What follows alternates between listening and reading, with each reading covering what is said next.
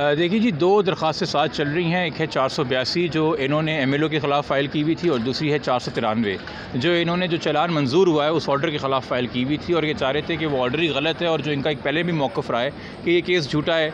आपके इल्म में होगा कि इन्होंने कुछ अर्सा पहले इस FIR को ख़त्म करने के लिए कॉशमेंट ऑफ FIR की CP फ़ाइल की थी, जो कि नाकाबिल समात करार दी थी हाई कोर्ट ने, और हाई कोर्ट ने कहा था आप ट्रायल कोर्ट से जाके रेमेडी लें। मगर ट्रायल कोर्ट में कोई बरियत की दरख्वास्त जमा कराने के बजाय इन्होंने फिर हाई कोर्ट से रुजू किया अंडर अ डिफरेंट लॉ, और इन्होंने कहा कि जी ये चालान मंजूरी का ऑर्डर ख़राब है। तो इसलिए जब हमने कल हाईलाइट किया जज साहब के सामने कि सर पहले ही हाई कोर्ट की डिविजनल बेंच वो कह चुकी है कि आप अपनी रेमेडी ट्रायल कोर्ट के पास सीख करें, तो हाई कोर्ट ने कहा कि पहले हम ये 493 की मेंटेनेबिलिटी सुनेंगे कि क्या ये काबिल समात है भी कि नहीं, और फिर MLO वाली बाद में सुनेंगे। अच्छा, बहुत इसरार था मुल्ज़िम के वकील का कि जी आप ये चालान वाली मेरी दरख्वास्त सुन लीजिए, सारा मसला ही क्लियर हो जाएगा, आपको MLO सुनने की ज़रूरत ही नहीं पड़ेगी।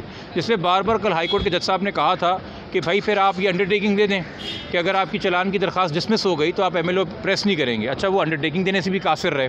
खैर, लॉन्ग स्टोरी शॉर्ट, आज जब दलाइल हुए मेंटेनेबिलिटी के ऊपर तो मुल्ज़िम के वकील अदालत को कन्विंस नहीं कर सके कि कैसे ये दरख्वास्त काबिल समात है, कैसे जब उनके पास बरियत की दरख्वास्त लगाने का एक ऑप्शन ट्रायल कोर्ट के पास है, ऑल्टरनेटिव रेमेडी का ऑप्शन है, तो वो क्या 561A के अंदर हाई कोर्ट की इनहेरेंट जुरिसडिक्शन को इन्वोक कर सकते हैं कि नहीं।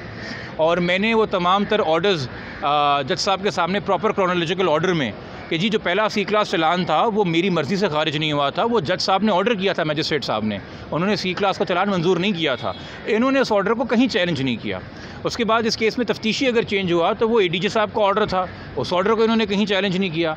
उसके बाद फिर चालान मंजूरी का ऑर्डर आया है, और उस दौरान हाई कोर्ट की एक समाअत हुई थी हमारी दूसरी CP में, जिसने बच्ची को माइनर डिक्लेयर किया था, और इन तमाम तनाजुर के अंदर ये कन्विंस नहीं कर पाए कि किसी भी ऑफेंस में कोई भी दफ़ात जो लगी हुई है केस में, किसी में भी मुल्ज़िम को सज़ा नहीं होगी। हाई कोर्ट ने जज साहब ने बड़ा क्लियर सवाल पूछा, कहते हैं कि जैसे मुद्दई ने केस बयान किया है, अगर यही हक़ाइक़ हैं तो आपके तमाम तरह डिफेंस के बावजूद आपको ये लगता है कि आपको किसी भी ऑफेंस में सज़ा नहीं होगी।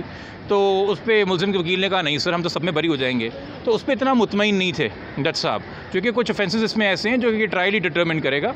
तो खैर, अदालत ने फ़ैसला किया कि इनकी ये एप्लीकेशन नाकाबिल समात है, इसको डिसमिस कर दिया गया है, ये मेंटेनेबल ही नहीं है, और जो हमारी दरख्वास्त इनकी दरख्वास्त है MLO के ख़िलाफ़, और हम कह रहे हैं कि MLO करा दिया जाए, उस पर अब मंडे को 11 बजे दलाइल होंगे, तो वो मैटर उसके लिए एडजर्न हो गया है। तो उसमें अब जो चालान है, चालान की हैसियत 364 के साथ रहेगी। देखिए, चालान में ऑर्डर में जितनी भी दफ़ात मंजूर हुई थी वो ऑर्डर देखें, चालान हम होगी सेकेंडरी चीज़, अब मेन चीज़ है वो ऑर्डर, जिस ऑर्डर के तहत चालान मंजूर हुआ है, जिस ऑर्डर के तहत जज साहब ने कौन कौन सी दफ़ात मंजूर की हैं, वो ऑर्डर अब इन फील्ड में है।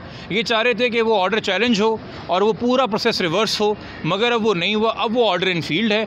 जैसे ट्रायल कोर्ट की कार्रवाई चल रही है, 512 की कार्रवाई हो रही है, जो मफरूर लोग हैं उनके वारंट्स जारी हुए हुए उनको लेके आना है, और फिर चार्ज फ्रेमिंग होनी है, वो अब as per routine as per procedure चलेगी, बगैर किसी खलल के, बगैर किसी रोड ब्लॉक के। सेक्शन है जो चालान में मंजूर हुए थे, अदालत ने जो मंजूर किए थे, कौन कौन से सेक्शन है, किस किस जुर्म पे लागू होते हैं, उसकी सज़ा क्या हो सकती है? देखिए, 363 है जिसमें 7 साल सज़ा है, 364 है जिसमें 14 साल सज़ा है, 368 में वही सज़ा होती है जो कि प्राइमरी किडनैपर को मिलती है। तो अगर प्राइमरी किडनैपर को 7 साल 363 में होगी, तो जो उसके साथी हैं 368 में उनको भी 7 साल होगी, और अगर प्राइमरी किडनैपर को ज़हीर शबीर को 14 साल 364 में होती है, तो उसके बाकी सारे हवारियों को भी जो है 368 के अंदर 14 साल की सज़ा होगी। उसके बाद Sindh child marriage restraint act है जिसमें 3 साल सज़ा है।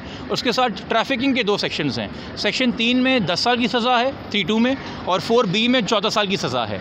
तो ये सेक्शन मज़ीद इसके अंदर लगे हुए हैं। जब ये मुल्ज़मान की बेल हुई है उसको चैलेंज करने का प्लान है, क्योंकि आज तो ये जिस तरह दरख्वास्त उनकी मुस्तरद हुई है, तो अब मज़ीद इम्कान है कि उनकी बेल को चैलेंज किया जाए? नहीं, देखिए, वो तो हमने कैंसिलेशन वैसे ही हमारा सांस से हमने करनी है, बट बात इतनी सी जी, आपको अदालत और कानून टाइम देता है ना, लिमिटेशन पीरियड होती है, आपके पास 30 दिन का टाइम होता है, या 20 दिन का टाइम होता है, 25 दिन का टाइम होता है, तो स्ट्रेटेजिकली कुछ आप फैसले करते हैं कब आपने कैंसिलेशन फ़ाइल करनी है, कब आपने चैलेंज करना है, कब आपने नहीं करना।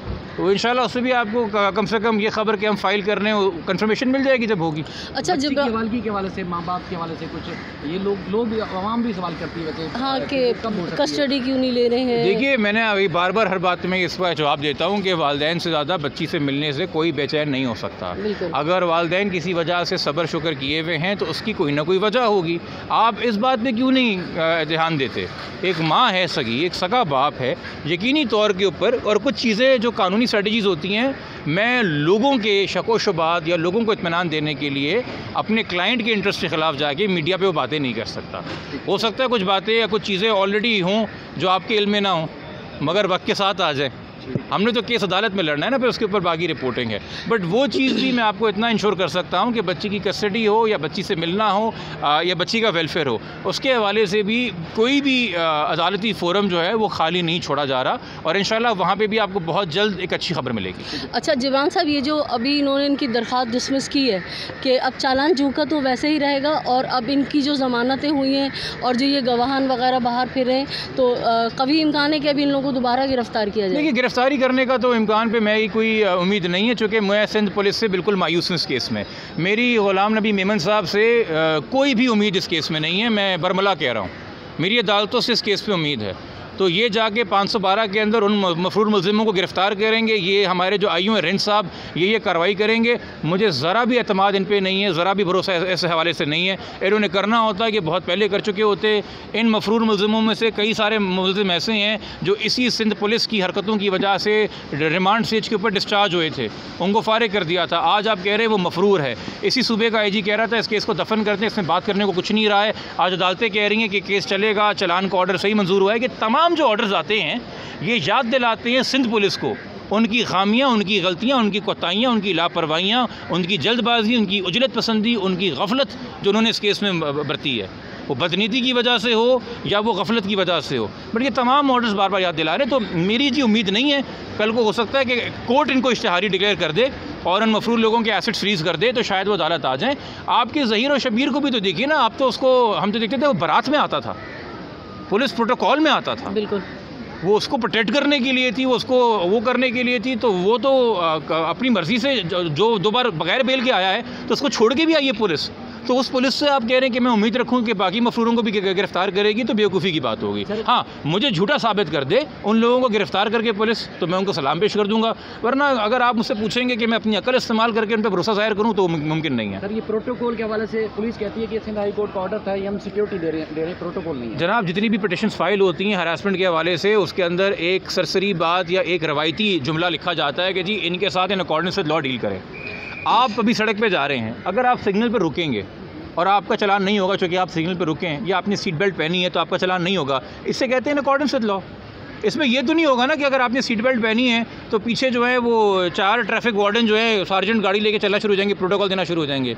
तो इन अकॉर्डेंस विद लॉ के ये मायने कि 10-10, 12-12 लोगों के सिविल वर्दी में और नॉर्मल वर्दी में आप प्रोटोकॉल दें, ये मेलाफाइडे है पुलिस की और कुछ भी नहीं है।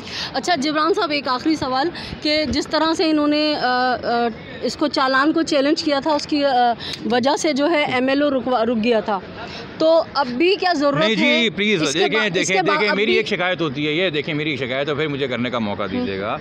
चालान को चैलेंज करने की वजह से MLO नहीं रुका था। MLO को सेपरेटली एक अलग एप्लीकेशन में दाखिल 482 में चैलेंज किया गया है। चालान को एक अलग एप्लीकेशन 493 में चैलेंज किया गया है। 493 आज डिसमिस हो गई है, 482 के ऊपर मंडे को समाप्त होगी। ये 2 अलग अलग बातें हैं। एक है कि जी ये मखसूस एविडेंस ज़रूरी है कि नहीं है इन्वेस्टिगेशन के लिए, एक केस है कि क्या पूरा केस ही फ्लॉड है कि नहीं है। हो सकता है हाई कोर्ट कहे कि जी पूरा केस फ्लॉड है, मगर MLO के हवाले से कहते हैं कि एविडेंस ज़रूरी नहीं है। मैं तो नहीं होता ना 3 दिन पहले, मंडे से पहले हाई कोर्ट के फैसले आपको पढ़ के सुनाऊँ, वो तो जज साहब सुनेंगे और फिर राय कायम करेंगे। बट वो उनका एक अलग ग्राउंड है, वो अलग चीज़ आर्ग्यू होगी। अच्छा। ठीक है जी।